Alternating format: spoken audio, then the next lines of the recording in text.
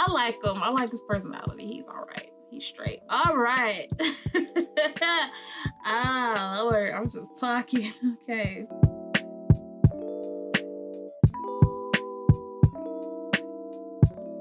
Hello everybody, welcome back to my channel, Just Adri. My name is Adriana. I'm so glad you could join me today. All right, y'all, so I got another tier list video for today. And so in today's video, I'm going to be ranking the characters of the Eternal Love, also known as 10 Miles of Peach Blossoms. I was about to say 10,000 miles. I don't think it was that many. So if you don't know what 10 Miles of Peach Blossoms, also known as Eternal Love, is, basically it is a 2017 Chinese drama. It's a love story and it's got magic, it's got love, it's got war, it's got jealousy, all the good things that you want in like a good C-drama. And I think at the time of airing, it might still be, I don't know, I should probably look these things up. But anyway, at the time, like for a minute, I think it was the highest, either highest rated or most watched C-drama. So lots of people like it. I loved it. It's actually the very first C-drama that I ever watched. So I was like, damn, bet it's so good. It's so good. Like, you should watch it. It's on Netflix. As for the categories of ranking, I decided to use emojis this time. So just know that the top emoji in the pink section is my highest ranking. Those are characters I love. The second one, the blue section, are the characters that I like, but I don't really love them. Of course, the third section, the yellow section, are the meh characters. The green section are the characters that I dislike, but I don't necessarily hate them. And then the white section are the characters that I loathe, and they're so raggedy. Side note, if you happen to hear like lawnmowers, my neighbors are cutting the grass. And also when I'm looking down at my screen. Also, when I'm reviewing C-dramas and K-dramas, I just want to give a disclaimer that I'm pronouncing the names as best as I can, my little American Southern self can. Okay, so if I butcher these names, I am so sorry. I'm trying my best. Let's start with Ali, since he's first up. I'm gonna put him in light, cause like, wouldn't it be jacked up if I put a whole kid in the raggedy section? He's a cute little boy. I mean, what more can you say about him? He's a cute little boy. Bye, Fengju. Granted, I'm just taking into account 10 Miles of Peach Blossom. I haven't seen the sequel. So when Fengju was first introduced, like as an adult, when she grew up, like I was like, okay, I kind of like her. I get it. She's pretty cool. And like, when she first fell in love with Donghua, when she went to the human world and she was the consort and Donghua was the emperor, and they kind of, you know, got together. And then they were like a legit couple. I was like, oh, this is cute. Then after they came back and they were back in heaven, and Donghua was like, bam, I only did that because I can't be with you. And she just wouldn't get the point. And she just wouldn't like move on. Like, that's when she started to get on my nerves. Fengju, I'm gonna put her in meh because I really liked her start off. After they got back to heaven, she just got on my last nerve. Okay, Bai Qian. Of course, she goes into the top category. Love her. Unlike a lot of girls in dramas, she doesn't get on my nerves. It's a good 50% chance that the female lead in dramas will get on my last nerve, and she doesn't. And I like her. I like her bluntness. I mean, she's very relatable. Like when she meets Yehua and she's like, I mean, you cool and all, but I don't know you.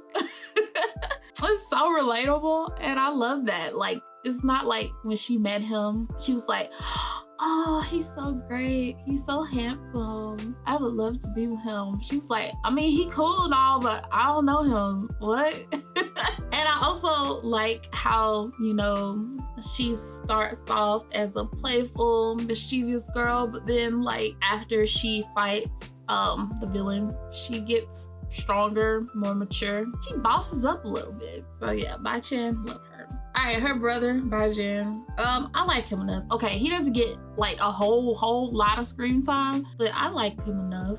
T-Fong.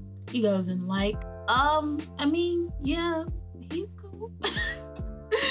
I like how Defong looks after Bai Chan when she's singing, and you know, he kind of looked out for Shanu a little bit when she was at the Kunlun Mountain. He's a cool character. Like, you see him being strong, fighting mermen, you know, helping out Yewa. He there. You know, he cool. I ain't got no problem with him. Ain't no problem. Okay, Emperor Donghua. Honestly, he's going in that category. Honestly, it's because I really don't feel no two ways about him. I mean, it's like, I don't dislike him at all, but as far as liking him, I mean, I like other characters more. So for Heaven Lord up, we got our first person in the dislike category. Hey. Bruh, I don't care for him at all. Like, Heaven Lord, oh God, like, he's too strict. He was like so mean to Bai Chan when she was a human. He's real strict on his second son, and Ye Hua is in regards to them being with their true loves. Like, he's just unreasonable. When Ye Hua was a child, he wouldn't let him see his mama. Like, because he was like, being with your mama gonna make you soft. Like, what is that? Oh my God, listen. Growing up in a healthy environment, receiving love the healthy way, learning from his mama how to like treat women, all that stuff, that's gonna mess him up, and not keeping him separate and making him focus on the books and the craft of being the future crown prince. Like, that's not gonna cause any like problems. Like, him not knowing how to communicate and tell, you know, Susu what the deal is, and I'm finna go on tangent anyways. You would think I like, actually, you know what? I don't like him at all. Like, raggedy. See, I was gonna give you a little bit of grace. He's raggedy. I don't care. I don't like him at all. Now we got Li Jing. I actually like Li Jing. Like, yeah, he messed up cheating on Bai Chan, but you know, he's a nice guy. and he's handsome. I mean, you can't hate on that. Even though he still loves Bai Chan, he ain't got no beef with Ye Hua. I like that. Unlike his wife, who can't just let things go. He kind of learns to, I mean, he kind of accepts that he gotta let things go. Now, I'll tell you the one thing I don't like, and it's not about Li Jing, it's just in regards to him, like his death scene. I mean, I feel like it didn't get enough fanfare in the drama as it deserved. Like, it was kind of like a side note, and now he's dead. It's like, I'm gonna help save humanity. I mean, it is like, I think that was kind of lame. Other than that, I mean, yeah, Li Jing's cool. All right, the war god himself, Mo Yuan, because this is Ye Hua with a mustache, so you know which one it is. Okay, war god Mo Yuan. Of course, he's going into the love category. Like, how you don't love war god Mo Yuan? Like, come on, fam. Like, so Mo Yuan, you know, he's he's tough, but he's really kind. And, you know, he's just, he's just really likable. He doesn't hold a grudge against Agong after she tries to, you know, kill Suyin. Like, because Suyin was his favorite disciple, so he don't have a grudge against her. And, like, you know, he's just really kind, understanding, sacrifices his life for humanity when he comes back. I like Mo Yuan a lot. Like, I love him. I just love his personality. All right, so now we have Yanji. Also love her. I love her personality. She's really kind. She's always trying to keep the unity between the family, keep the family together. She loves both her brothers. Wish they wouldn't fight. She defends Susu when that hater guy in the market, I guess he was like a fake fortune teller. Was he a fake fortune teller? I don't know. The hustler guy in the market. Y'all know who I'm talking about. We saw it. She raises her niece after her parents die. So she tries to save Suyin and Ling Yu after they are kidnapped by her daddy. Ragged ass daddy. And so, I don't know, Yanchi, she's just really nice. Like, she's a nice girl. Anyway, we come to Ching Song. Ching Song gets the raggedy, dislike, strongly category. You know, he just there to wreck things. It's been like over a year since I watched this, and I watched this like more than once. You would think I would remember, but I'm getting old.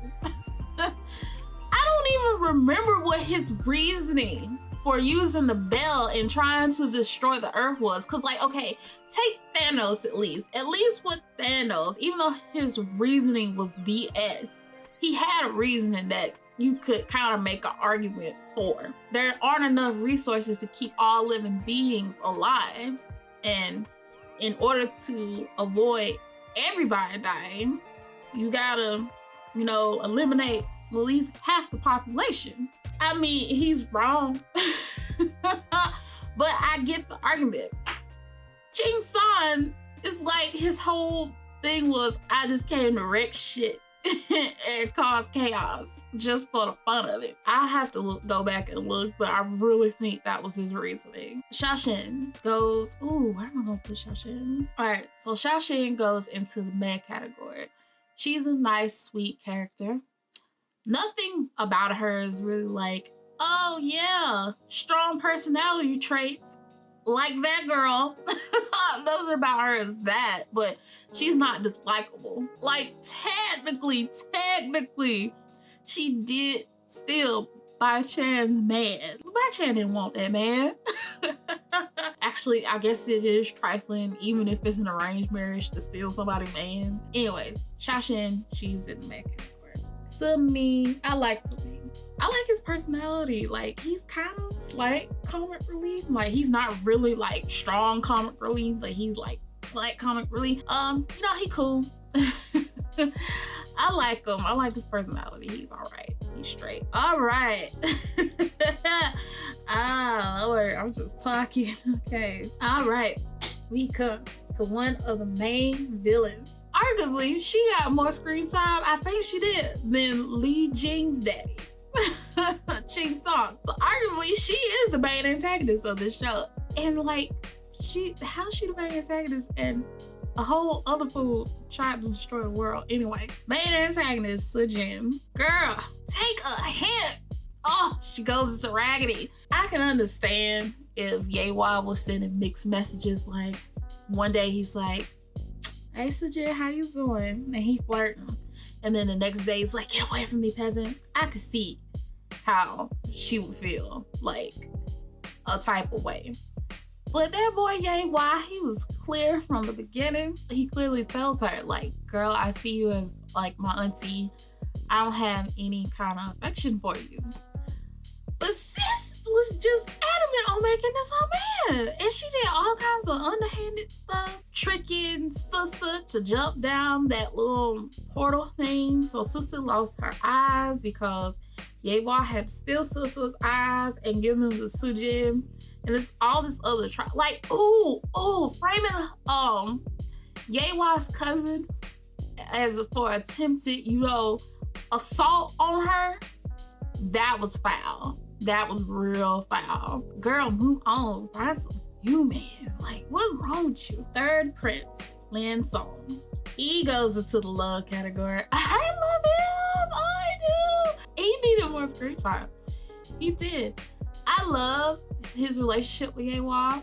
I love his bad/good advice. I love his interactions with Chen Yu. Lin Song is very likable. I love him. So now we have another hating ass helper named Sean Nu. Oh Lord, this girl. I'm putting her in the raggedy category too. Like, I was trying to give her some grace. Girl, you do not like I had to tell myself, girl, you do not like Sean Nu. Like Sujin, she is another hating heifer.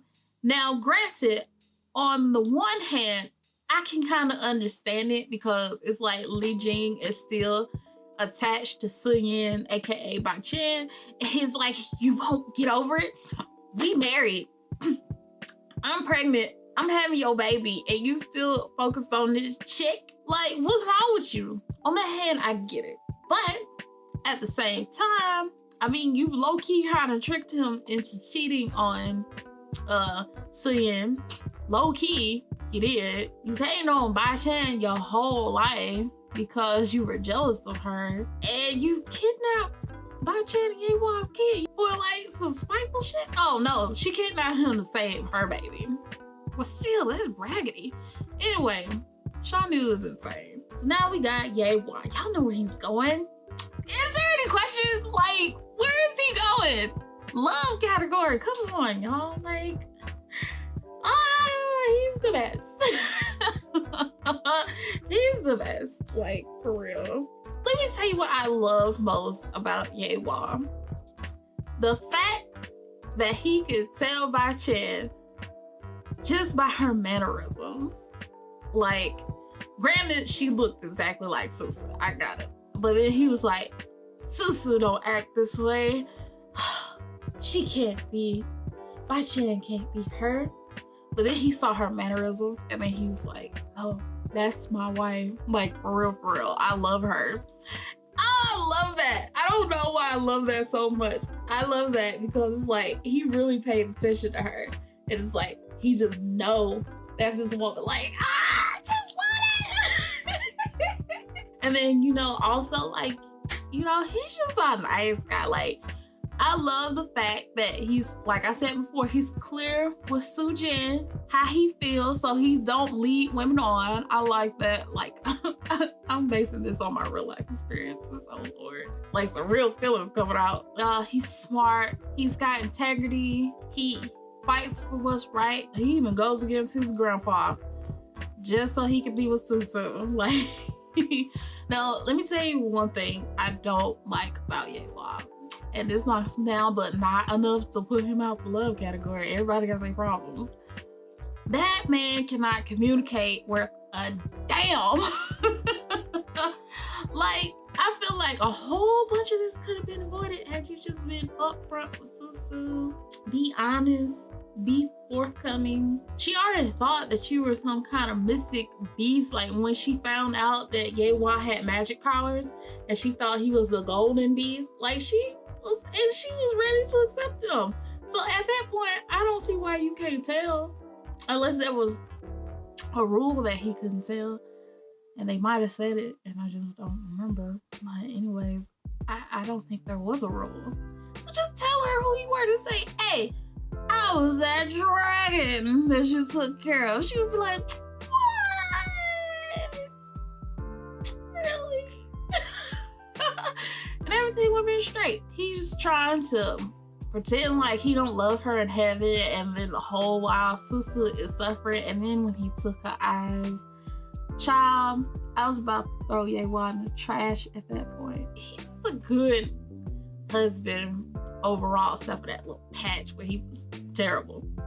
But like, okay, I'll give him like an 80-20 split. Like 80% of him was good and 20% was just terrible, like bad husband. Jiyan, like, a lot. I mean, how can you hate Jiyan? Jiyan is like them uncles where like you just go to him with anything. Like, oh, you need your car fixed? I know how to fix a car.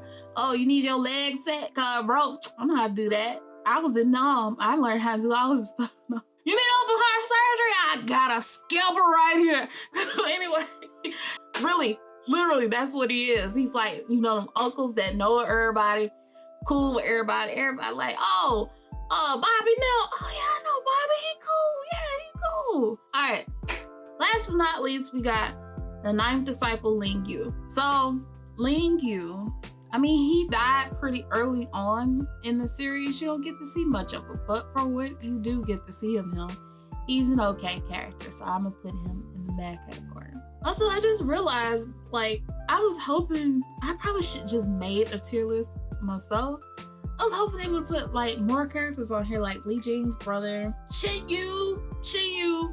Like, Chin-Yu is so funny, definitely like her. Sanji, the second prince. Like a whole bunch of characters missing from this list. But anyway, I done did it now. So anyway, there you go. All right, y'all. So that is my official tier list for the Eternal Love / 10 Miles of Peach Blossom characters.